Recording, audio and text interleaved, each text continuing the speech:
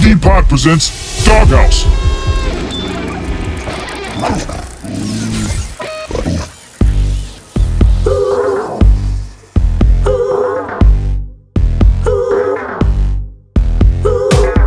Would you pave me a rally car?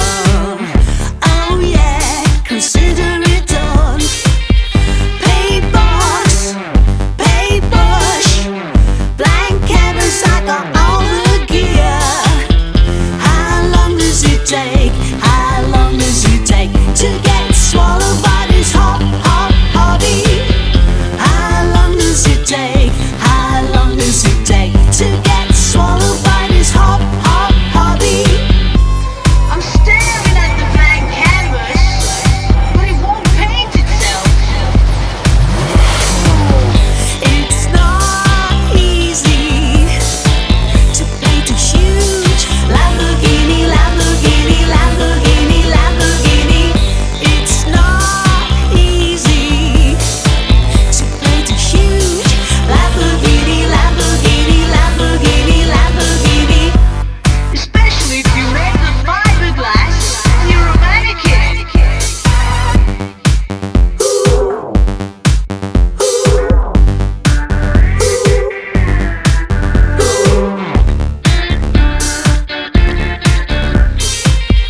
Paintbox, paintbrush, blank canvas, I got all the gear. How long does it take? How long does it take to get swallowed by this hobby? How long does it take? How long does it take to get swallowed by this hobby? Where's that creative block? Do I need to go after it with a club? It's not easy to paint a huge Lamborghini, Lamborghini, Lamborghini, Lamborghini. It's not easy to paint a huge Lamborghini, Lamborghini, Lamborghini, Lamborghini.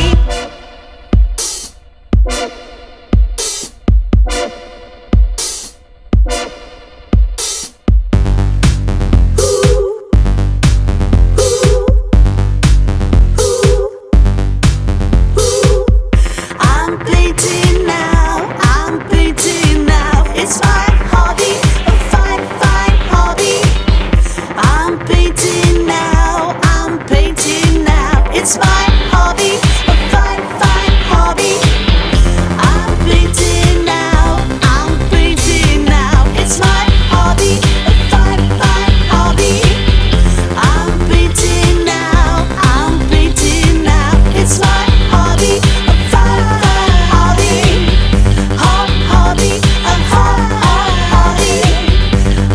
Hobby, a hobby. You're in the Doghouse. The song that just blasted your head was Lamborghini by Laura Rickenbacker. And in the Doghouse tonight is Laura Rickenbacker. So Laura, thank you for joining the doc tonight. And how are you? I'm fine, thank you. How are you? Great. Yeah. I'm doing well, thank you. Doing well. So your journey in music began with a childhood fascination with the Beatles. That's right. So how did their influence shape your early years of writing and then recording your own songs? I was just only listening to the Beatles, mainly. I didn't listen to anything else. It was just the Beatles that mattered to me many, many years. And they influenced all my songwriting. Do you have a party trick? It's about how the Beatles live in your mouth in different places. So when you want to do John, you talk like this, it's sort of up there. But when you do Paul, it's up there like that, it's sort of much more. And then when you do George, it's sort of over here. And Ringo's right at the front like that, you see. So that was my 4 Beatles in your mouth trick. So that's how it happened. And eventually, I started to listen to David Bowie, the Eurythmics, and some other great artists and bands. But I think the Beatles was the reason for why I started writing songs. Any Beatle in particular? It's obvious when you listen to my early music, Paul McCartney, of course, When you do Paul, it's up there like that, you know, it's sort of much more. and John Lennon a little bit. So when you want to do John, you talk like this, it's sort of up there. And later on, I listened to George Harrison's solo albums, And then when you do George, it's sort of over here. Ringo a bit, And Ringo's right at the front like that, you see. just to find out what they were up to, music-wise. Lamborghini, that song, is really not inspired by anyone. I just bought a new workstation, and I was messing about on the keyboard, and suddenly I had this beat going on and some funny noises, and the song just made itself. And I made a demo and called my good friend in London, producer friend, and he said, "Yeah, come over and we'll record it properly." So that's what happened. And later on, I hired a dude who made the Lamborghini video. It was a good video. I mean, I really liked it. Thank you. And when I'm just going to go back for a quick sec, when you said it kind of made itself, well, that's true, but it was the talent behind it that made it. So, you know, you got to give yourself a pat on the back for that. I'll do that. This never appears. I wish it'd be that easy to write. Just comes down from heaven and it's all done. But, you know, it's the talent behind the song. I believe that all songwriters, of course, there are times when you're struggling because you don't have any inspiration or anything like that. But if you sit around and you try to learn a new instrument, that means it's easier to write a new song. That's what I've found out. You know, I'm no good at playing the keyboard or piano, but I can write songs. Well, for the listeners, and they don't know this, you're basically a self-taught musician on multiple instruments. And that's phenomenal as far as the Dawg's concerned. Oh, thanks. I mean, to cover the wide range of instruments that you do, give us a real quick rundown on what you taught yourself to play on instrument-wise. I play bass, guitar, a little bit drums, and I'm trying to play keys. You're a self-made band then.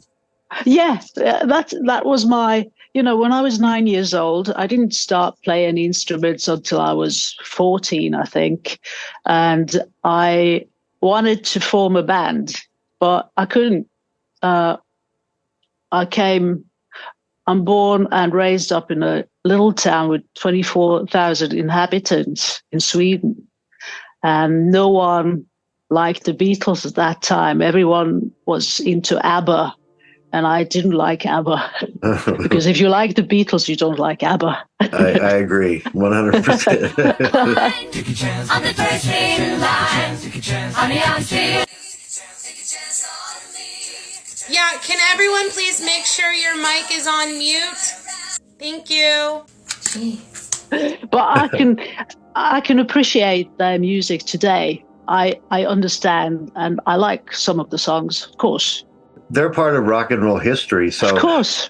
I think people should listen to more of the artists that generated rock and take it all the way through to now. But they should go back and listen. I think very rarely do.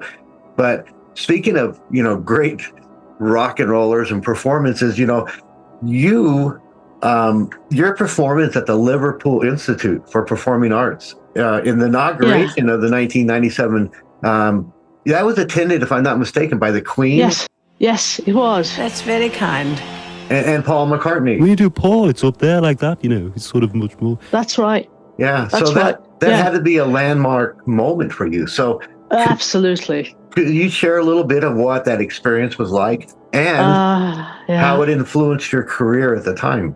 So I remember standing on stage with the whole band. The curtains, they opened up. And what happened was that I just suddenly realized I'm standing there with my bass guitar and looking at Paul McCartney and the English Queen on the front row. And I was like, I just froze. I thought, I need to be good now, play really good, you know, because Paul McCartney is a bass player and he's going to watch me. So and I thought I would faint because I was so nervous. But apparently we did well. The whole band did well. The rehearsals were crap. So I think everyone was really happy when we actually nailed it live. So, and after the performance, Paul McCartney and the English Queen came up on stage and just had a chat with us all in the band. That was nice. Oh, I bet. So yeah, I also have pictures from that occasion, and I'm standing next to the English Queen and close to Paul McCartney on stage. It's unbelievable. I bet. Has any other moment topped that? No, not really. I didn't think so. No way. I didn't think so. That was the biggest. Yeah. And I was fortunate. I mean, I was the first Swedish student who graduated from LIPA. So that was a big thing. It just shows your talent. Not really. I mean, there's always someone who's much better than you are, you know. Always. Same for everyone, yeah. There is always going to be a king. But, you know, you are who you are. Okay? You play like you play because it's you. I'm going to lay down another track from Laura Rickenbacker, which is One Kiss. Rockefeller, Rockefeller, Rockefeller, Rockefeller, Rockefeller, Rockefeller.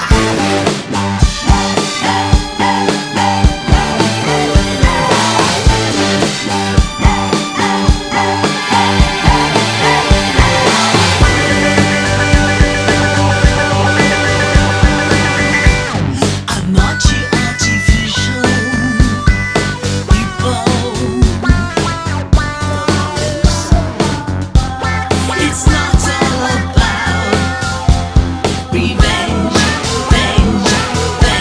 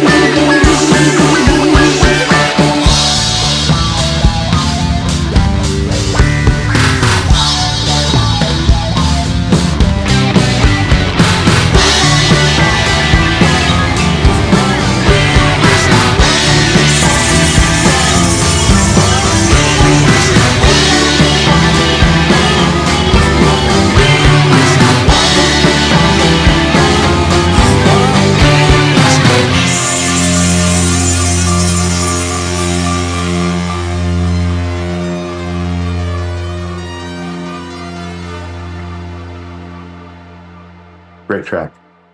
Great track. Thanks. You are in the doghouse. In 2002, you made a bold decision to step away from the music despite having a thriving career. So what prompted this decision? And then how did it impact your life and your perspective on music during your time away from the industry? Yeah.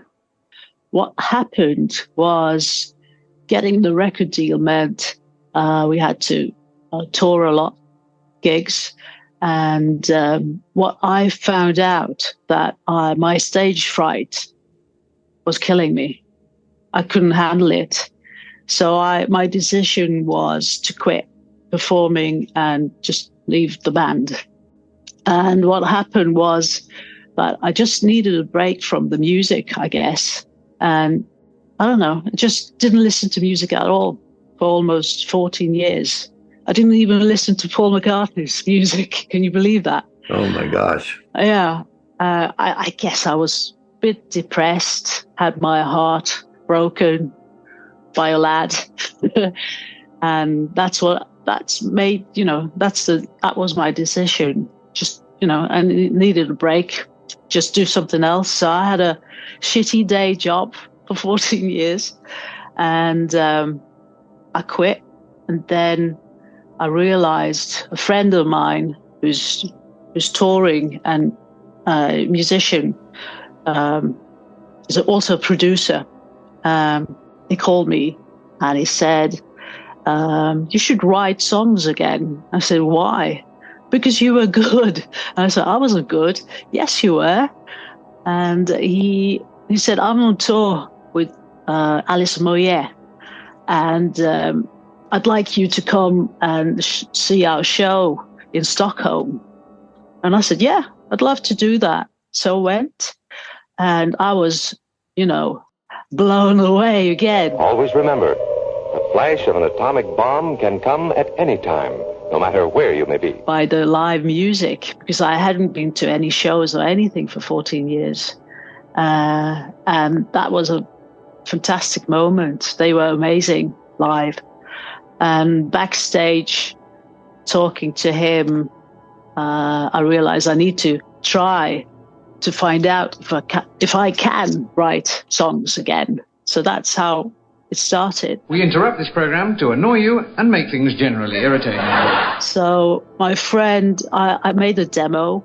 I got new gear because I didn't have any equipment to make any demos any longer because I had moved from our house a long, long time ago. So I didn't have any more instruments. I just kept my electric bass made of maple. I just love that bass.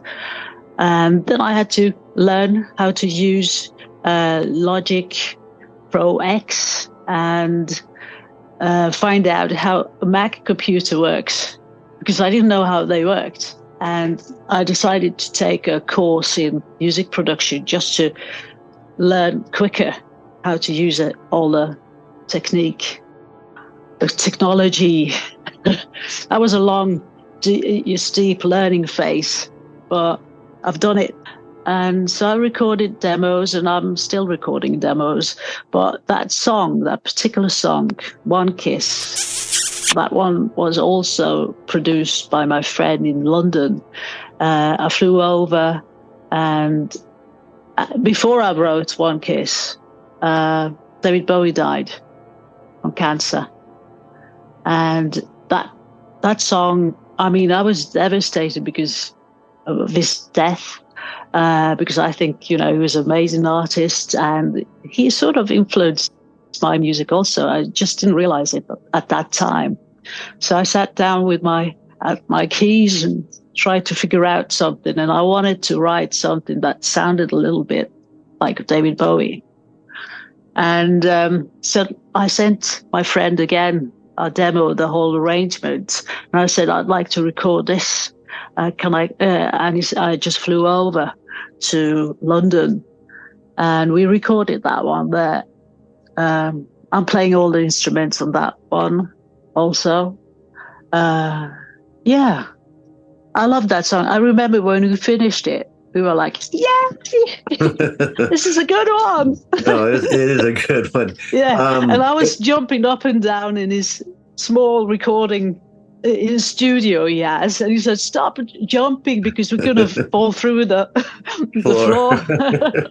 No, that's phenomenal. And it's really great to have that feeling when you put a song that. Yeah, it is. You know, it makes you so happy. I mean, I'm happy for weeks and weeks and weeks. I can't believe that I've done that. Every song you put out is like a baby. It's like a kid. And I think a certain song is like, boom, you know. In other words, it's like, man, I love it, but it's not like, boom, you know. So, and you know, speaking of one of those boom songs, I'm going to fly one at you again, which is Just Doing My Thing. Dark hours, so sublime. Dark thoughts arrive. I rejected everybody but you, and that silly tattoo.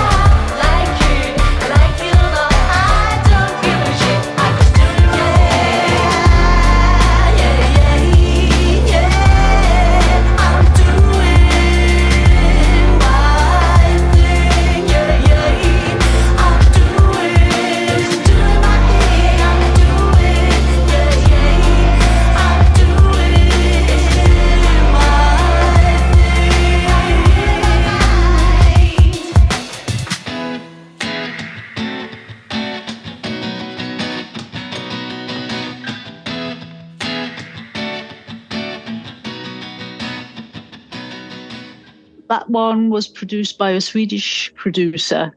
I wrote a song I tried to make an 80s sort of inspired by one of Paul McCartney's albums, and I don't remember which one it was. So I tried to write something in that style. This guy, he helped me to produce the song, and it turned out really good. It was good too. Then I made the video because I couldn't afford anyone to make the video. I wrote it on my acoustic guitar this time. So I used different instruments just to, write songs. Well, I wrote a song once playing the drums. Can you believe that? No.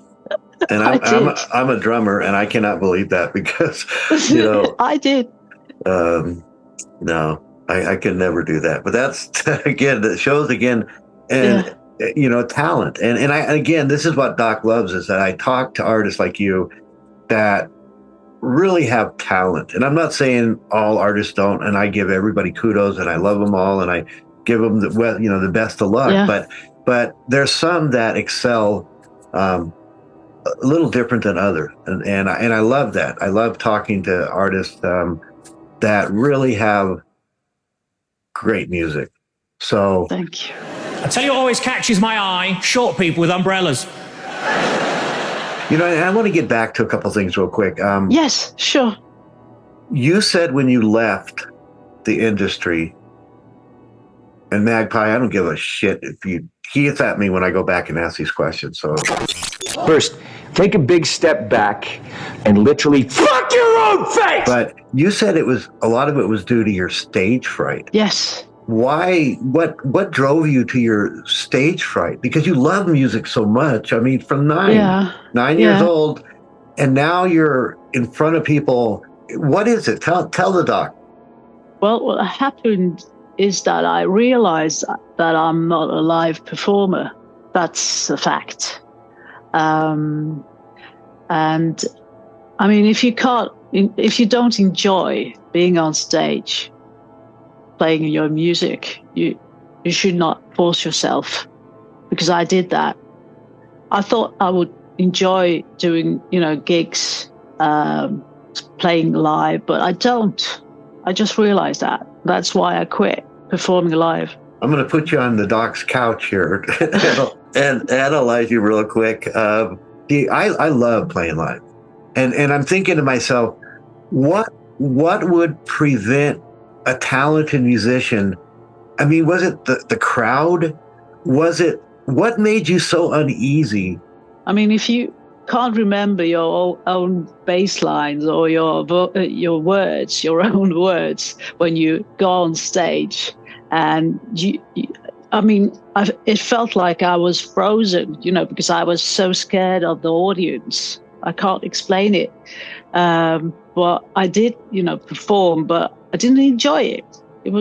I thought it was awful, especially when it was outdoors. That scared the hell out of me. And I don't know why. I probably suffer from social phobia or something. I would guess that. Really? But yeah, I'd rather sit at home, record my songs, and some, work with other musicians, just a little bit. But I prefer to record everything on my own and do the vocals at home. And sometimes I just bring in someone if I'd like them to add something. So that's why. And I've been thinking, I'll make those videos. I've done 3 videos where you can see me. It's been hard, actually. It's odd to because you become an actor in front of the camera, because I get so embarrassed, so I'm just goofing around and I need to calm down. They always tell me, you need to be serious now. Yes, I'm trying, Oh gosh. But it's fun when it's edited and finished and you look at it, you go, oh, wow, that's interesting. You have to have fun, right? Yeah, of course. And the people you work with when you do the film shootings, it's fun because you are sharing the whole thing together. So that's what I'd like to do. I'm gonna reel myself in because Magpie is gonna be real pissed. But sorry. No, that's not you. It's me. Believe me. But I misled you. Well, no, you didn't. I talk too much, and he knows that. And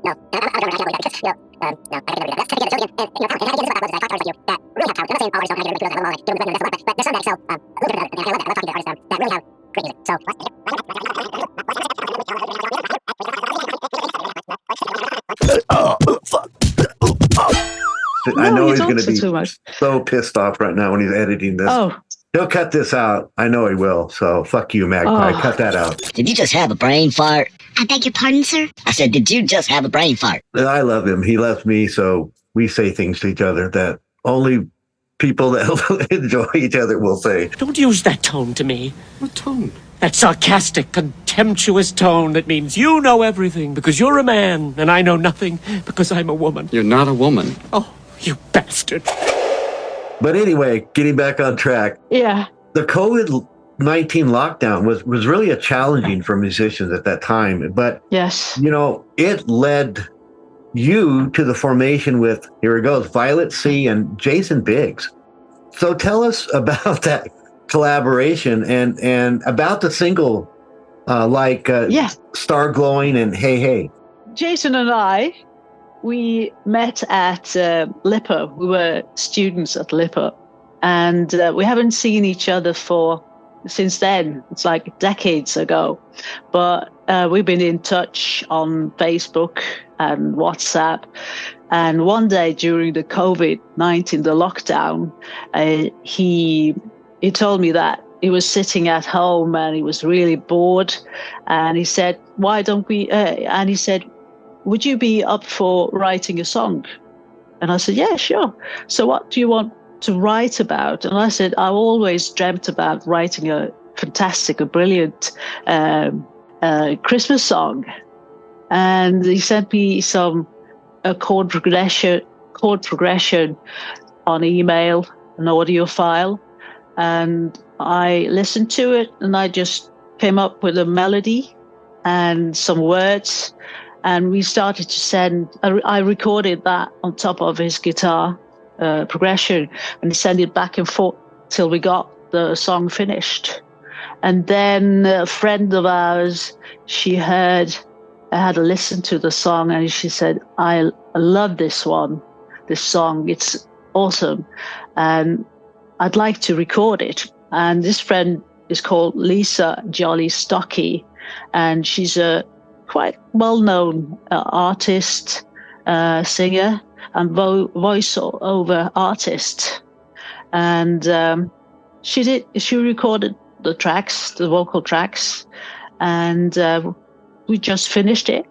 A friend of ours in Pittsburgh, in the UK, he produced a song because we wanted like an orchestra in George Martin style.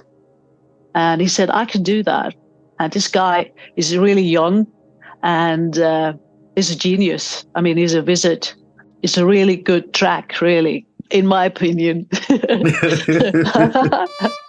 You got anything for me? Oh, it's nothing, really. Oh, sir. No, it's really nothing. I haven't got Yeah. So long story short, that song is called Star Glowing, and it was released 2 years ago. It's featuring Lisa Jolly Stocky. What about Hey Hey?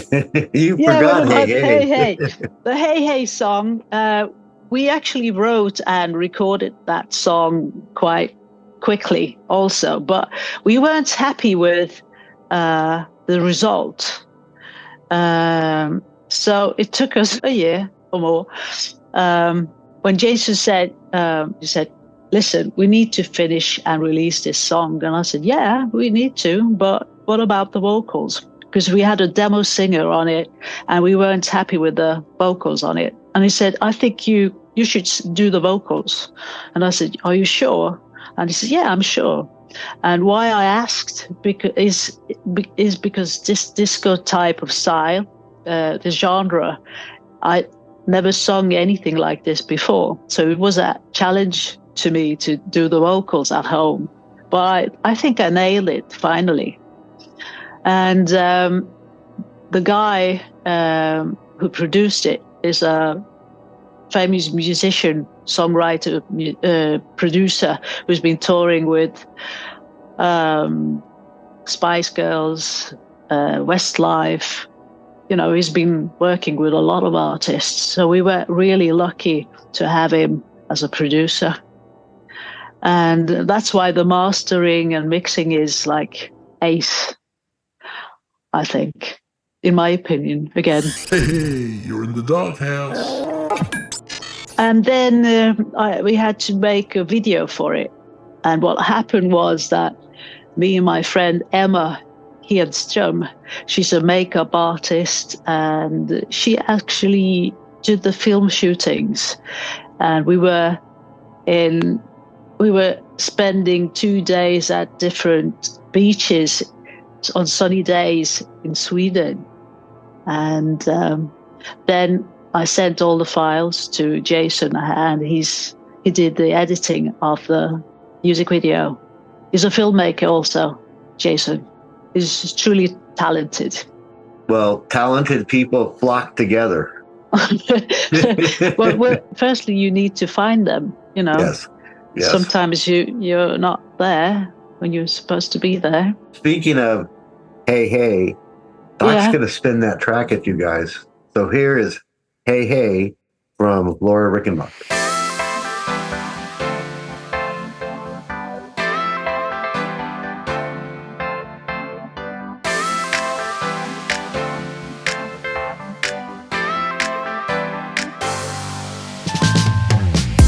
Every time you look around, you'll find out.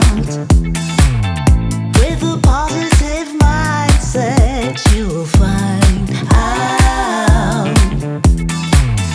Brush your tears from off your pillow, and the sound of 1,000 violins. Anytime you look around, you'll find love.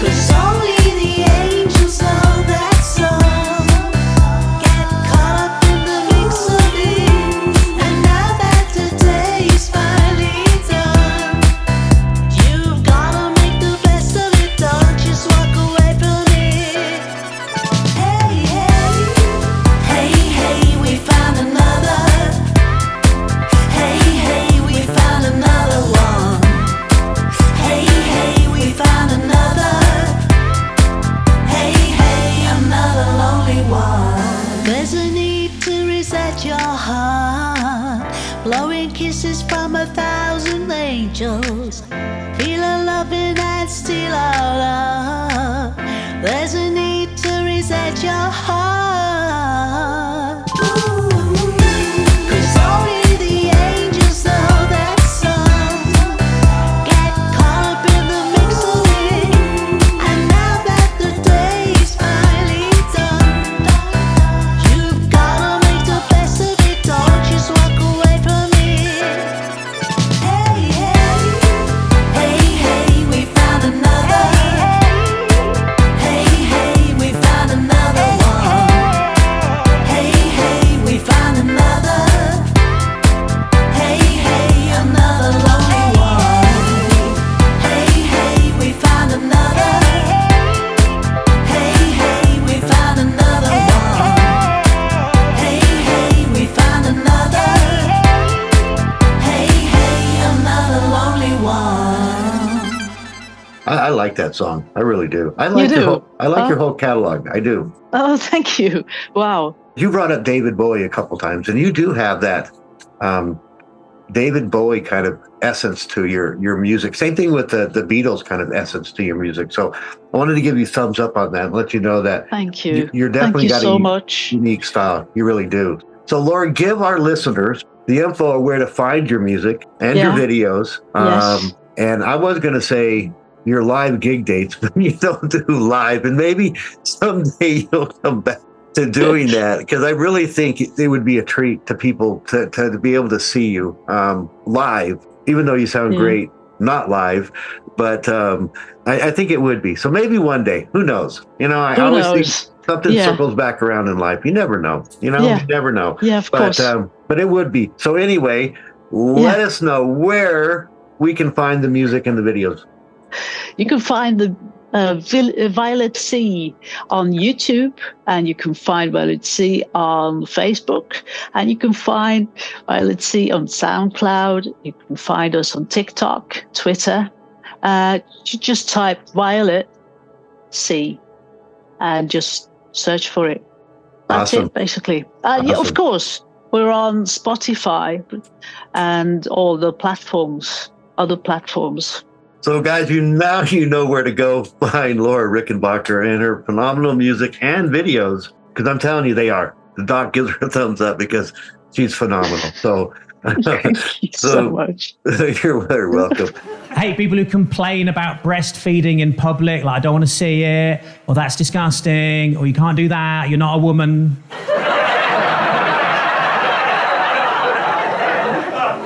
And that's not a baby. It's definitely not milk. Doc wants to thank Laura Rickenbacker for joining him in the doghouse. It's been great and a true pleasure. It really has. It's been fun. Oh, thank you again, Laura, for joining me. Thank you so much for having me. Oh, you're very welcome. It's been great. The doc wants to give a big shout out to Indie Pod Hub, Magpie Sally, Dogbone Studio, and Matt R. And in the meantime, guys, be kind to one another, and then always, always keep on rocking. From the doghouse, the doc and Laura Rickenbacker are out. Woohoo! Great job. Great job. MD Pod presented Doghouse.